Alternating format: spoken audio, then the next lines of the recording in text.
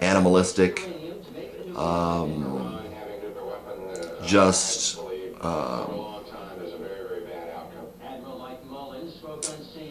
just inhuman. And as and I'm not a fan of George Bush Sr. George Herbert, what was it, George Herbert Bush, and the other was George Herbert Walker Bush. But the first George Bush we had, I said a kinder, gentler America, or kinder, gentler society. That hopefully is the goal. And people are so sated and enwrapped in things that have nothing to do with God, that have nothing to do with a humanitarian or a morally idealistic mode, a morally idealistic behavior, where you can see it on YouTube, where people are spiteful. They will go behind your back. They don't listen to reasons. They don't ask questions. They would rather accuse. They would rather insult. They would rather insult your intelligence to make themselves look better, while at the same time they're insulting their own intelligence. From a Christian perspective, sexual immorality is rampant among people who claim to be Christian. Slander, that kind of thing, is rampant. You can see the evil pouring out onto YouTube. The hatred, all that stuff, the enmity. If there is enmity, it is caused by enemies of Christ, not by Christians. And you may say, well, that's ideological, that is exactly what the Christian viewpoint is. That if there's separation, it is caused by evil rather than caused by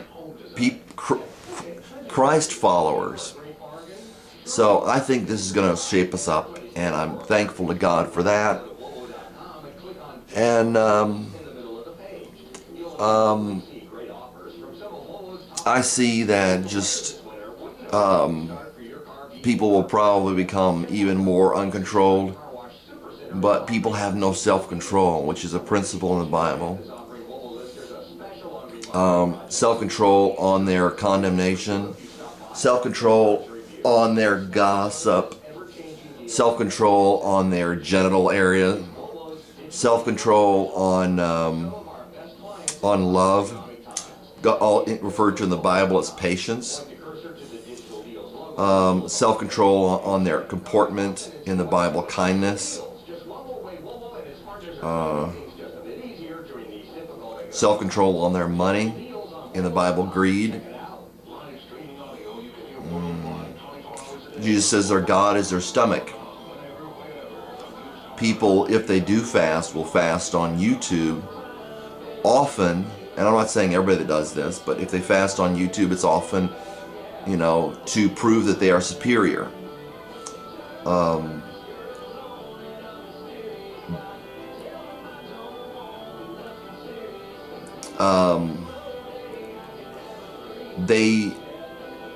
The Bible says to regard others or to esteem others more highly than yourself. And that goes down to the biblical concept of humility. To do goodness towards someone means, that you're willing to talk to them, that you don't look down upon them, that you realize that they are valuable and are a valuable person just like you are, made with different characteristics that you would hopefully value and try to understand. It means that there is understanding rather than the type of evil done in the name of Christian that you find on YouTube. So there needs to be a lot of discipline. The Bible says it begins with the household of God. So when it comes to a nation as it's coming to ours, you know, as the song goes, put down your coffee and your crumpets now, so unfashionably late. You like to listen. If you like to listen to her, she's got good sense.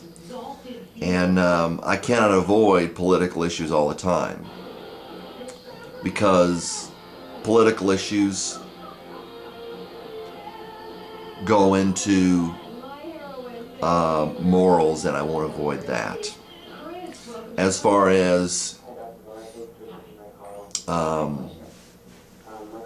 dicey political speech, I don't see a point in going into that, but morals are not dicey. And as far as, well, I like this political person or I don't like this political person, as far as false prophets go, I'm willing to expose them because that's the religious arena among Christians, or so-called Christians. But, you know, we say, I like this political figure, I don't like this political figure. People see different perspectives. The person is 3D and can see different perspectives of them, so I don't go into that. So God bless. We're heading into a time where and the government has the power and the written authority. Well, I think by edict, but people, you know, I just gotta think of that word.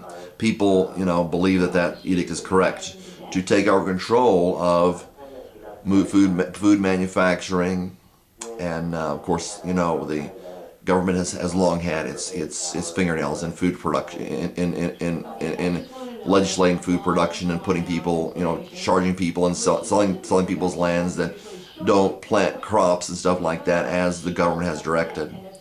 So if you're ignorant about this, you might want to get informed about some aspect of it.